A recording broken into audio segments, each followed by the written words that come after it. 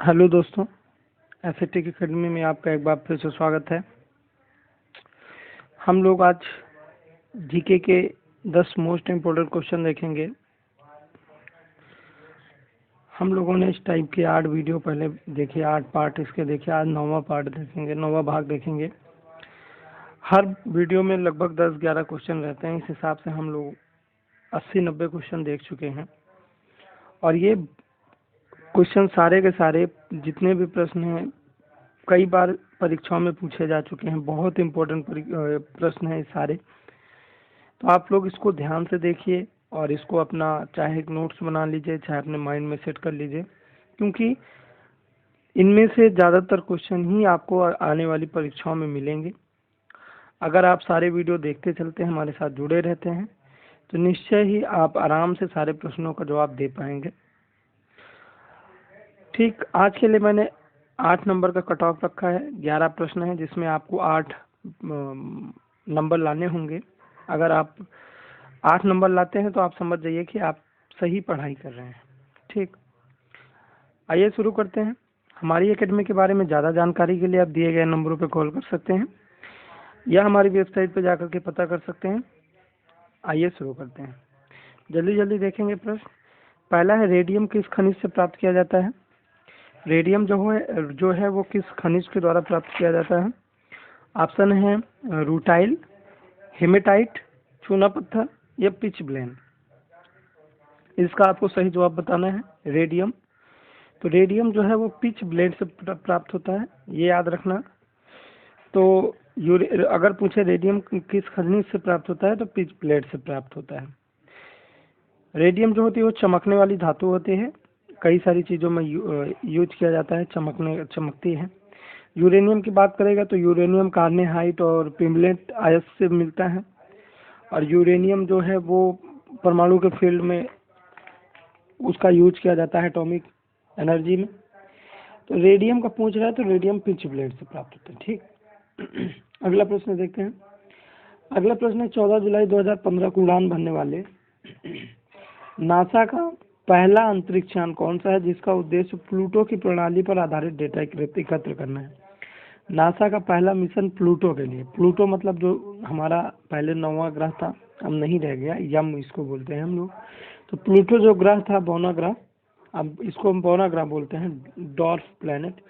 तो इसके लिए जो नासा का मिशन है वो कौन सा था? पहला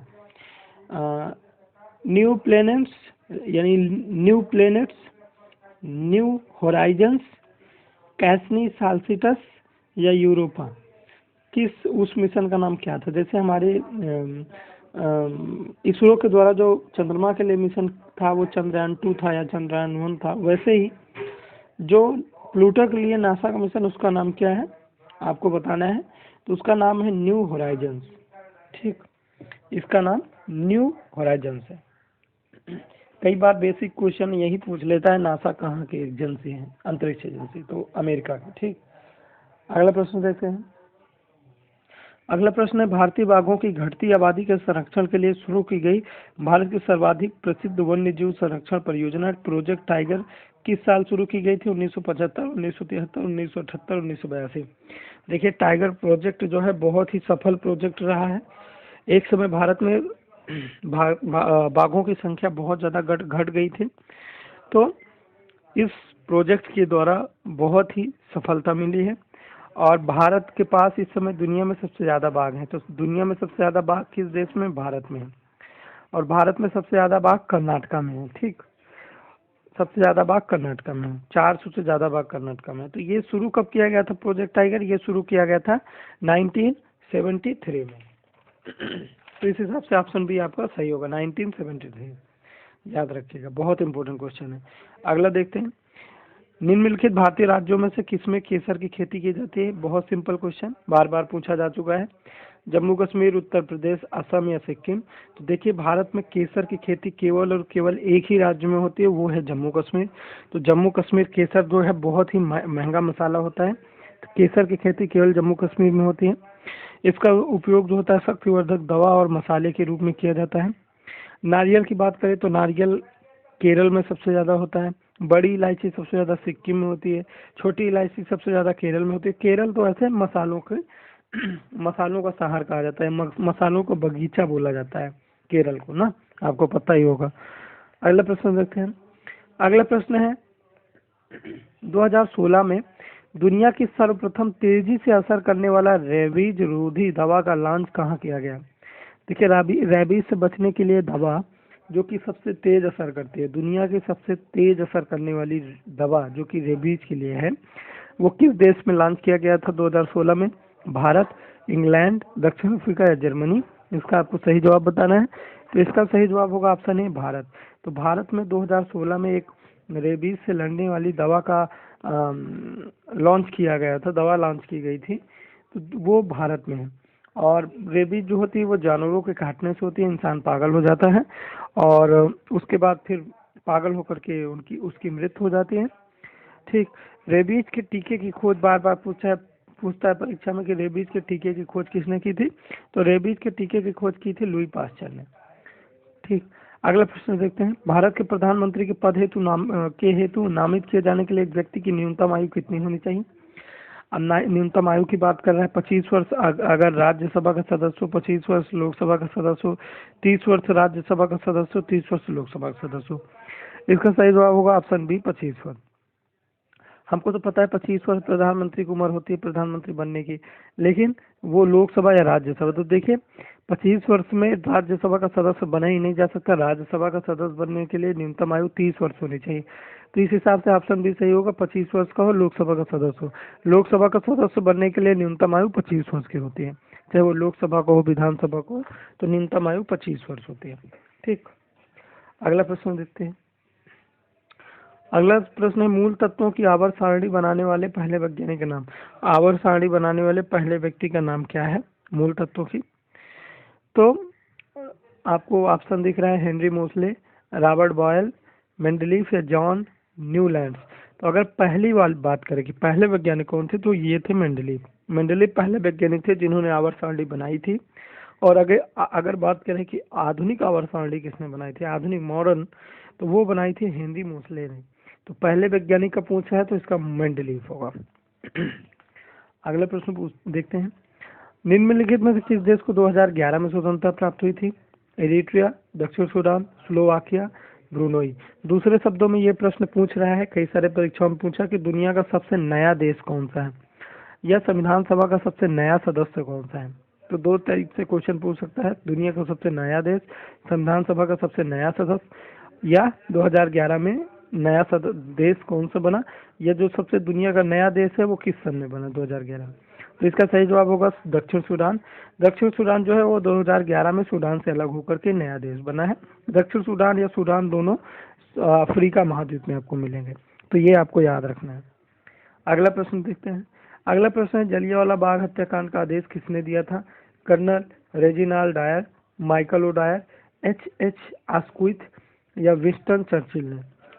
तो देखिए इसका सही जवाब इसका सही जवाब आपको बताना है। तो इसका सही जवाब होगा कर्नल रेजिनाल्ड डायर ए। देखिए डायर देख के आप कंफ्यूज हो जाएंगे, तो इसीलिए मैंने ये प्रश्न दिया। कर्नल रेजिनाल्ड डायर उनका पूरा नाम था। 13 अप्रैल 1919 में ये दुर्घटना हुई थी। देखिए 1919 में एक आया था रॉलेट एक्ट। उस रॉलेट एक्ट में ऐसा किया गया था कि किसी को भी बिना केस दायर किए या बिना कारण बताए गिरफ्तार किया जा सकता था और कई दिनों तक रखा जा सकता था पुलिस की हिरासत में। और इस एक्ट के द्वारा पंजाब के दो बहुत ही फेमस नेता थे, सत्यपाल, डॉक्टर सत्यपाल और सैफुद्दीन किचलू, इनको दोनों लोगों को अरेस्ट किया गया था। तो इसी के विरोध में बैसाखी के दिन जलियांवाला बाग में एक सभा का आयोजन हो रहा था। तो उसी में कर्नल रेजिनाल्ड डायर ने गोली चलाने का आदेश दे दिया था, फिर उसमें हजारों लोग मारे गए थे। एक क्वेश्चन पूछता है कि जलियांवाला बाग की जो हत्याकांड हुई थी उसकी जांच के लिए कौन सी कमेटी बनाई गई थी? तो उसकी जांच के लिए बनाई गई थी हंटर कमेटी। हंटर कमेटी जो थी उसने किया था कि डायर को निर्दोष घोषित कर दिया, उनको बरी कर दिया था और बोला था कि 379 व्यक्ति इसमें मारे गए थे लेकिन एक मालवीय कमेटी बनी थी अपने मदन मोहन मालवीय की। तो मालवीय कमेटी थी, उसने बोला कि 1000 से अधिक व्यक्ति मारे गए थे इसमें।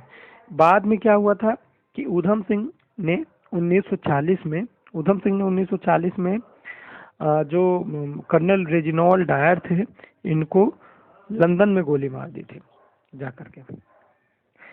और इस जलियांवाला बाग हत्याकांड के बाद में क्या किया था कि गांधी जी ने अपनी कैसर-ए-हिंद की उपाधि वापस कर दी थी और रविन्द्रनाथ टैगोर ने अपनी नाइटहुड की उपाधि वापस कर दी थी। ये दोनों क्वेश्चन भी बार बार पूछता है, याद रखना है।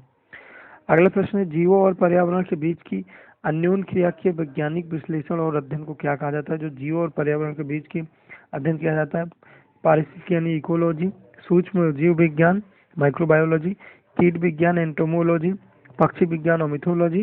तो इसका सही जवाब होगा, आपको बताना है, इसका सही जवाब ऑप्शन ए होगा, इकोलॉजी। ठीक। अगला प्रश्न है, बाह्य अंतरिक्ष में यात्रा करने वाला पहला मानव कौन था? Neil Armstrong, Yuri Gagarin, Buzz Aldrin या जॉन ग्लेन? तो बाह्य अंतरिक्ष में यात्रा करने वाला पहला व्यक्ति यूरी गैगरिन था। यूरी गैगरिन जो थे वो सोवियत संघ के थे, यूएसएसआर के। और अंतरिक्ष में स्पेस भेजने वाला, अंतरिक्ष यान भेजने वाला पहला देश यूएसएसआर था। उसने स्पुतनिक 1 लॉन्च किया था। चंद्रमा पर पहुंचने वाले पहले व्यक्ति नील आर्मस्ट्रांग थे। ठीक। तो इस अंतरिक्ष में जाने वाले पहले व्यक्ति यूरी गैगरिन। इस हिसाब से ऑप्शन बी सही हो जाएगा। 4 अक्टूबर 1957 को ये अंतरिक्ष यात्रा पर गए थे। ठीक। तो देखिए, आज के लिए इतने प्रश्न हैं, 11 प्रश्न हमने देखे। उम्मीद करते हैं आपको पसंद आया होगा, समझ में आया होगा। अगर आपको ये वीडियो पसंद आया तो लाइक करिए, शेयर करिए, हमारे साथ जुड़े रहिए। मिलते हैं अगले वीडियो में। जय हिंद।